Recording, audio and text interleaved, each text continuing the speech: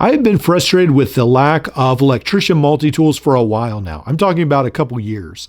Now, I carry this, the Leatherman Squirt ES4 or E4 with me in my pocket every day. This is a pretty good little tool right here, but I've been frustrated with why aren't there full-scale electrical multi-tools for electricians. Now, of course, there have been in the past. This is the best of the current versions that are still made. This is actually a discontinued model by Klein. If you look at this close enough in just the right light, you can see where overseas they still have the Klein badge on this, even though they've taken it out of the spot where it used to go right here. You can buy this for about $15, $15 to $20. It's a pretty cheap tool, but it has gigantic, weird tools in it. Something that I would not want to carry with me every day. It's just a clunky tool, and it has a lot of the things that I'm not interested in, like these huge locking or tools that don't lock rather. So I decided to change that. And introducing to you another Leatherman Surge Gerber, or whatever we call this. This one's basically just Gerber though. It's not really Leatherman. What I did is I actually took this head right here, ground it down till I could fit it in these Gerber armbar handles. And here we go. We have got a Klein tool head right here with the wire cutters, huge wire cutters. We've got the wire strippers.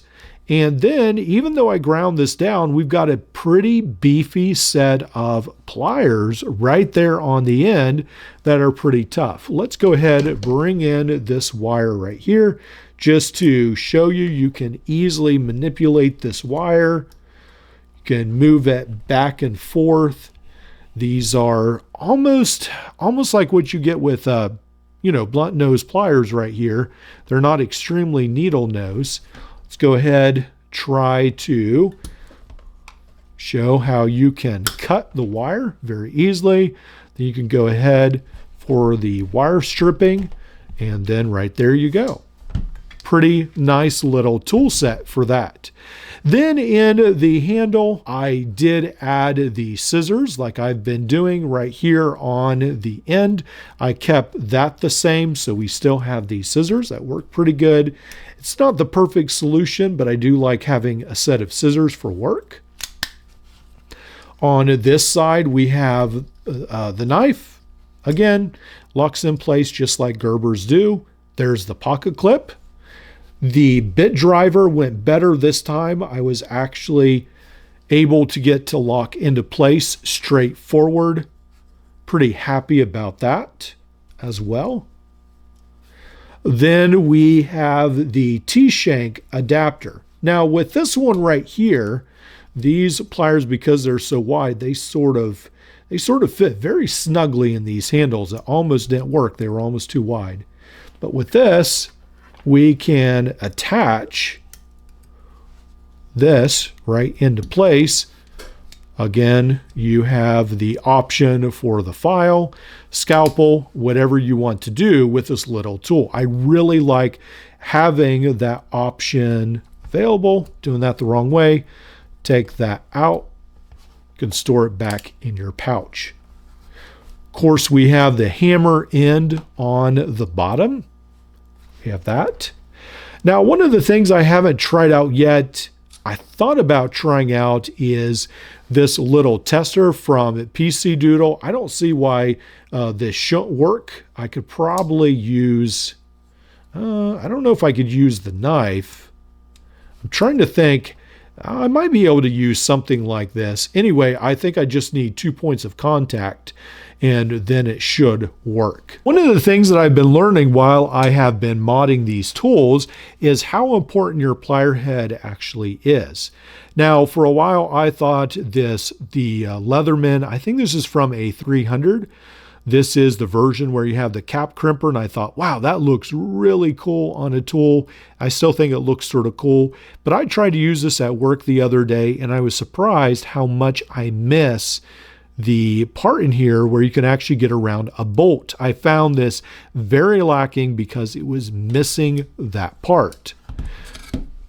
This part right here is a lot more important than I thought. It really opens up your pliers. It gives you a lot more opportunity. Before we wrap this up, I wanted to show you a couple examples of what I think could have been the greatest electrician multi-tools of all time if they had just changed a couple things. The first thing is the SOG Paladin PT540. This had a great little wire stripping plier head. It had some crimpers. It had some very unique tools in the handle. But the SOG Paladin was let down by what some people say was a very weak spring in the back of these tools. Also, there isn't really any online bit driver. Now you can use this for the bit system, but then again, you have to carry all that separately. Pretty cool tool, but not exactly what I was looking for. The other one was the Crescent. This one right here is a lot smaller. It's got a lot of cool internal tools, but again, there's no bit driver, but the wire stripping head on this is pretty cool. I've used this and it seems to be fairly effective. You will notice though that it has a tiny wire cutter here at the bottom. And then with this, these needle nose pliers seem to be very, very thin right here on the top. But the rest of the tool set isn't too bad. I just wish it had a bit driver. That's something I really like on my tools, but a very nice set. With this SOG, I think this plier head was excellent, the size of it. It was just let down by some of the internal tools, and ultimately I don't carry this because it's $200 to $400 to buy these used sometimes. So I don't want to ever use this or break it. Fortunately, it's going to have to stay in my collection. What do you think? Do you think Leatherman or Gerber needs to make an electrician multi-tool? I definitely do. I think that is something that I would buy in a heartbeat. I hope some of you would as well. I don't know if it will ever happen, but that's something I do look forward to in this new year.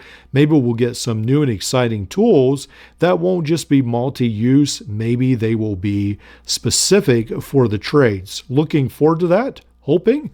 Meanwhile, this is an option if you can't wait.